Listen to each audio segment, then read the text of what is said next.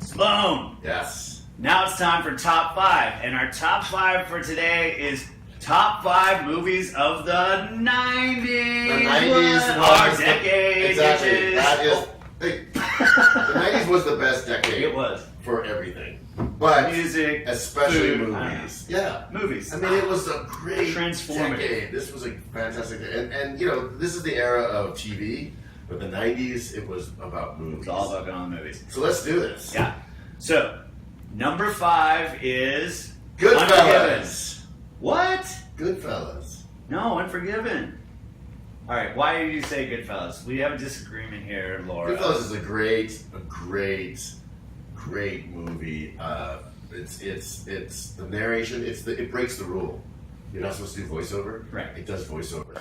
At 13, I was making more money than most of the grown-ups in the neighborhood. I mean, I had more money than I could spend. I had it all.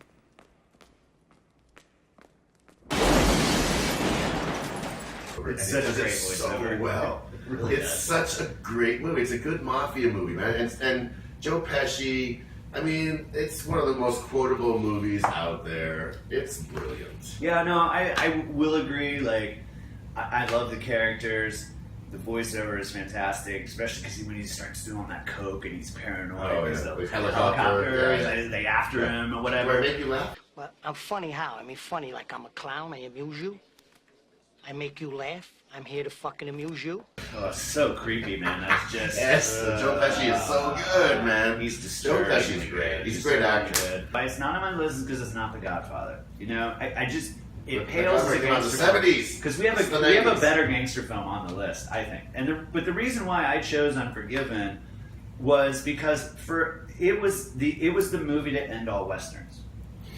It was just the ultimate western, the postmodern western that was about telling the western story. Yeah, I don't have a problem It with turned this. everything Thank God around, they ended it. and it was Clint Eastwood. I was gonna say it's Clint Eastwood. Clint Eastwood basically Eastwood's- playing himself. Yeah, playing the end of his characters. He played cowboys, spaghetti westerns, Yeah. all through the 60s, 70s. And this was about and how this was closing the chapter That's right. of his career he's never played another cowboy. and it was about how cowboys aren't what are in the stories. Doing it. All right. So, Okay, all right. number 4. You So already cheated. number 4 is Big Lebowski. I mean, some people are going to be surprised for me it's not number 1, but it's definitely to me the top comedy of the 90s. It is representation of our existence. It is. It's drunken uncle. It just is drunken It's- uncleness. I mean, we know a dude. I'll be there, man.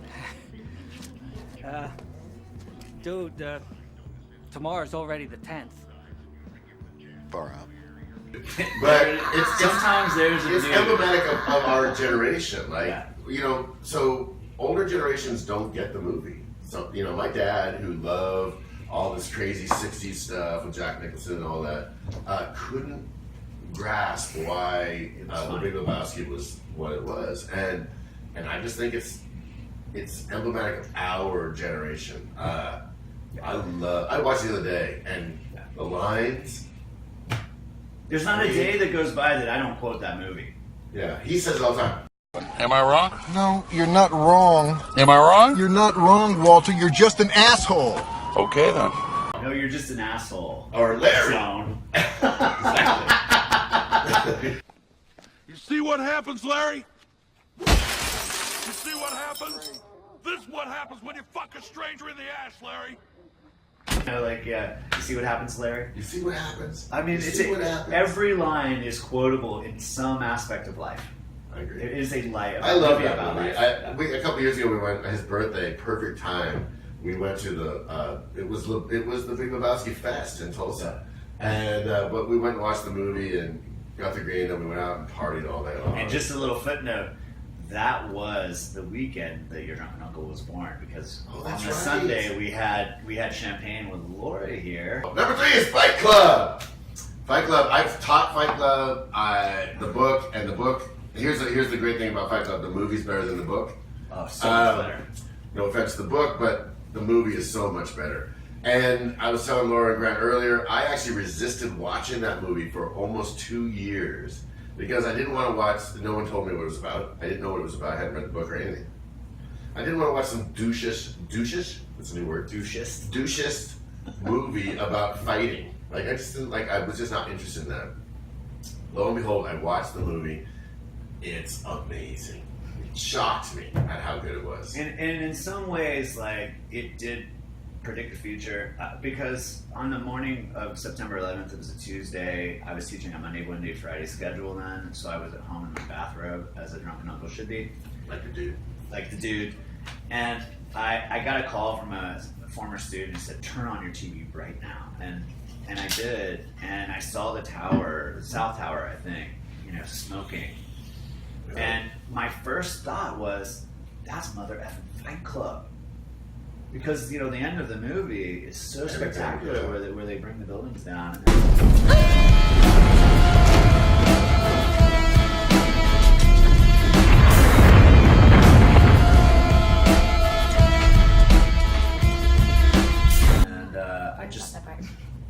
It's terrorism.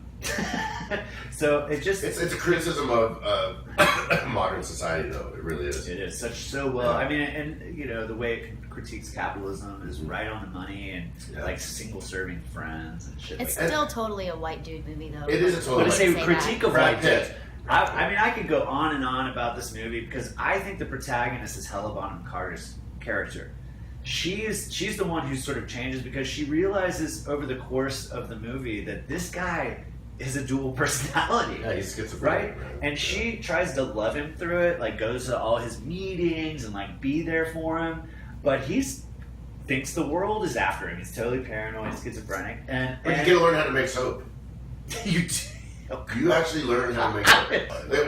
One of my favorite scenes of that movie is where I laughed out loud. Is when they're in the plane and they start putting the what you do in case of an emergency. Yes. And they put that sheet in there. It's so funny because it's basically like kiss your ass goodbye. Yeah, the plane's on fire. Yeah, it's like you're which is the truth. Like everyone's like, oh yeah, we're gonna have this air mask. And like, no, if the plane's going down, you're fucked. I mean, how many movies or works of art sort of tear off the veneer of our bourgeois, post-capitalist culture and say that we pretend to be so safe in it, and say, you know what, we're still this close to death as everyone always has been.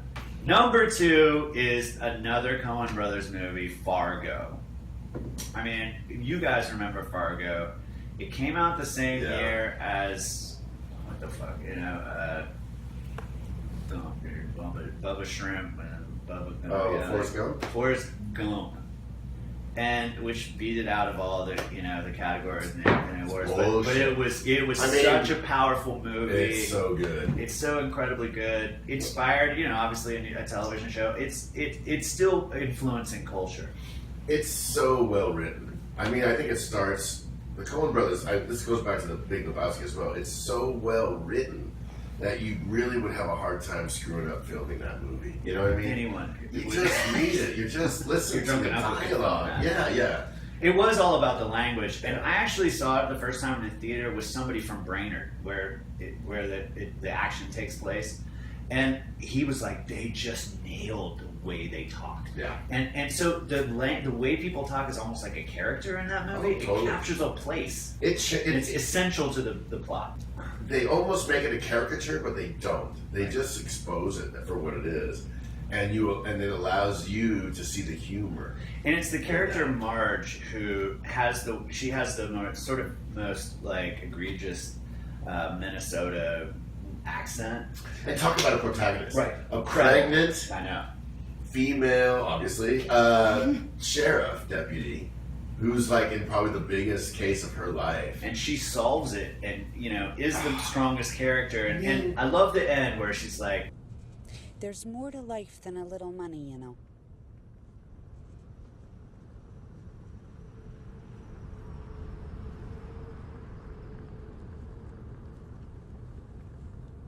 Don't you know that? She comes up upon the guy and he's taking his ex-partner at this point, and putting him through the wood chipper. That that moment. That's her moment of illumination. You know, the moment of illumination for the. I know she pulls her gun, but she's like, I can't believe I'm seeing this. But she pulled, you know, based on a true story. She solves it. It is, yeah, and, loosely.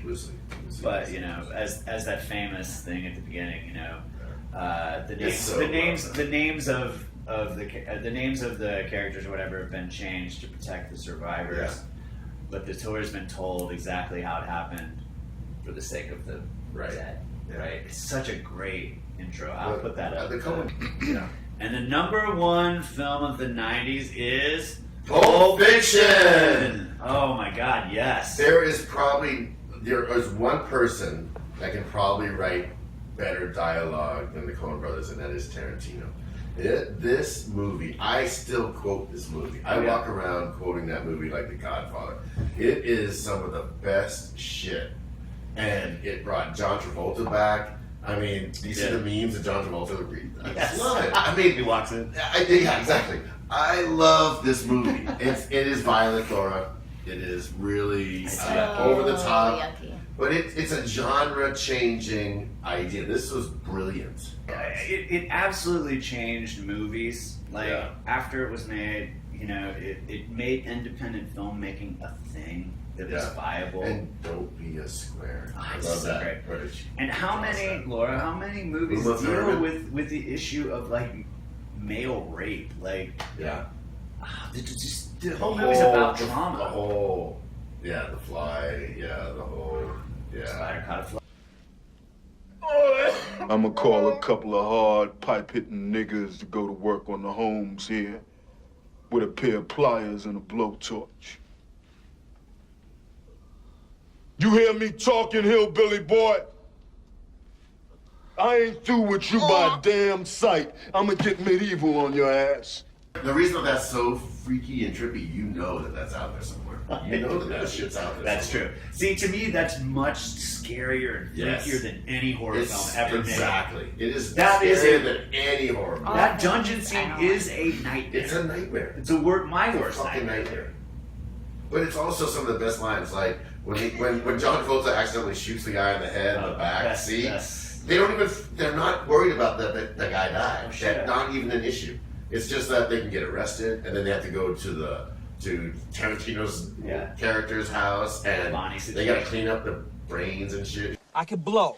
Oh, you ready to blow? Yeah, I'm ready to blow. Well, I'm a mushroom cloud laying motherfucker. Every time my fingers touch brain, I'm Superfly TNT. I'm the Guns of the Navarone. You cannot write better dialogue. No. And this is also these characters, they're such great partners because they just had a conversation earlier about, you know, that the Dutch put mayonnaise on their fucking French fries.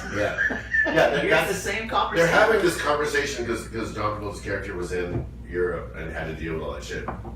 On the way to assassinate this guy, to kill this group, actually. And here's this tells you how important this film is. I showed my son, and it's so important to him in his life. He made sure his younger brother saw it. And just the other day, we were quoting the lines about, you know... Pigs sleep and root and shit. That's a filthy animal. I ain't eating nothing, ain't got sense enough to disregard its own feces. How about a dog? Dog eats his own feces. I don't eat dog either. Yeah, but do you consider a dog to be a filthy animal? I wouldn't go so far as to call a dog filthy, but they're definitely dirty. But dogs got personality. Personality goes a long way. It's Dogs so got personality. well done. Like those dialogue. I mean, it means something to people. And Tarantino has won the Academy Award for script writing twice, for different movies, actually. It just shows you how good he is at writing scripts. He is so good. And he's a pretty great director. I mean, of course, the non-linear. But it starts with the writing. The non-linear yeah, you're right, because the non-linear chronology of this is in the script, but it plays so well as a film with the way it's directed and edited and everything. Have you seen it, Lord? It's revolution. It was a revolutionary